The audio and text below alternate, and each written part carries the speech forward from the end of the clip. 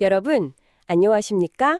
여디디아와 함께하는 하늘 은하수 라디오에 오신 모든 분들을 진심으로 환영합니다. 오늘은 계시라는 제목으로 이야기를 나누어 보겠습니다. 사방이 바다로 막힌 감옥섬에 갇혀서 그동안 평생 세운 모든 게 무너지는 걸 지켜봐야만 한다면 어떨까요? 정말 상상만 해도 너무 끔찍하고 절망적이죠? 그쵸. 당장 구출 작전이 절실한 상황인데 하늘에서 온 메시지는 엉뚱하게도 금촛대 사이를 걷는 분에 대한 환상이란 말이에요. 여디디아님, 오늘 저희가 이 요한계시록의 낯선 이미지들이 사실은 완벽한 생존 가이드라는 걸 좀 제대로 풀어봐야겠죠? 네, 맞습니다.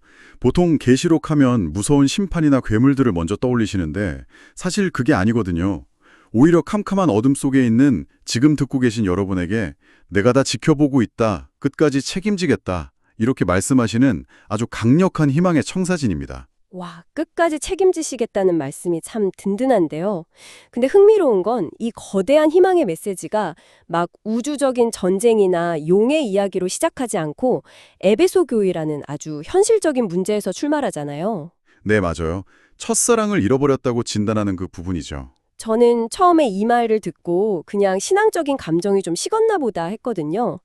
근데 가만히 보니까 약간 처음에는 세상을 바꾸겠다며 똘똘 뭉쳤던 열정적인 스타트업이 나중에는 서류 작업이나 사소한 논쟁만 하느라 진짜 제품은 하나도 못 만드는 그런 상황 같더라고요. 에베소 교회가 왜 이렇게 된 걸까요?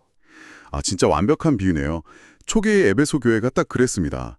처음에는 고아와 과부를 돌보면서 정말 이견 없이 하나가 되었거든요. 복음과 사랑이라는 진짜 제품을 제대로 만들어내고 있었던 거네요. 그는 기본 진리의 실증을 느끼고 막 신기하고 자극적인 거짓교리나 소모적인 논쟁에 빠져든 겁니다. 아, 그러니까 복음의 본질인 이웃에 대한 사랑을 실천하는 대신에 쓸데없는 궤변의 에너지를 다 써버린 거군요. 그게 첫사랑을 잃어버렸다는 진짜 의미였네요. 네, 맞아요.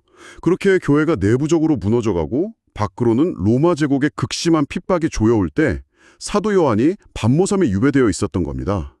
가장 절망적인 순간이었죠. 솔직히 저 같으면 하늘에서 예수님이 로마 황제를 물리칠 강력한 군대를 이끌고 짠 하고 나타나시길 바랐을 것 같거든요.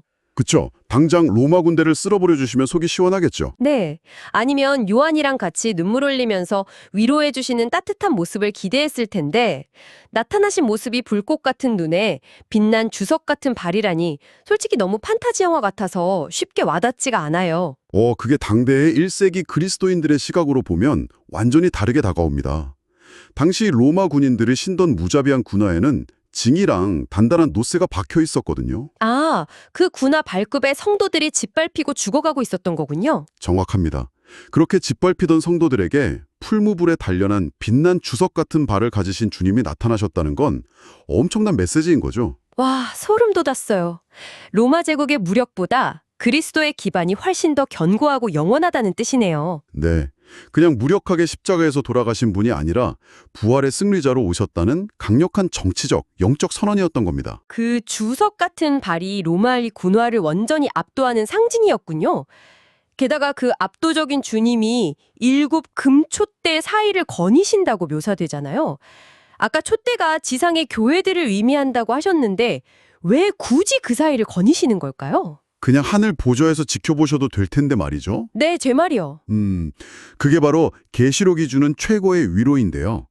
구약 성소에서 제사장이 촛대의 불이 꺼지지 않게 매일 기름을 채우고 심지를 다듬으며 관리하잖아요. 아, 성소에서 불꽃을 관리하는 그 원리요? 맞습니다.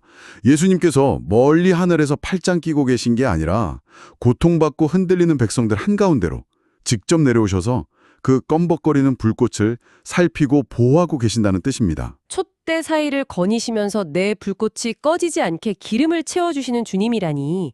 지금 이 방송을 들으시는 여러분이 만약 반모섬에 갇힌 것처럼 철저히 혼자라고 느끼신다면 이보다 더 든든한 사실이 없을 것 같네요. 네, 정말 위로가 되죠. 그렇다면 이렇게 우리를 지키시는 주님을 굳게 신뢰하고 끝까지 인내한 사람들에게는 궁극적으로 어떤 보상이 주어지나요? 상상을 초월하는 보상이 주어집니다. 환란 속에서도 끝까지 충성한 자들은 이마에 어린 양과 아버지의 이름이 적힌 14만 4천 명으로 묘사되거든요. 이분들이 불이 섞인 유리 바닷가에 서서 새 노래를 부르게 됩니다. 유리 바닷가에서 부르는 새 노래요. 무척 시적인 표현인데 이게 정확히 어떤 메커니즘을 담고 있는 건가요? 출애굽 당시에 이스라엘 백성이 홍해를 건넌 뒤에 불렀던 구원의 노래를 떠올려 보시면 이해가 쉽습니다. 아하, 그 죽음의 바다를 무사히 건너고 나서 터져나오는 환희 같은 거군요. 맞아요. 죄와 핍박이라는 맹렬한 불시험을 통과하고 마침내 구속받은 사람들만이 부를 수 있는 절대적인 승리의 경험이 담긴 노래인 거죠.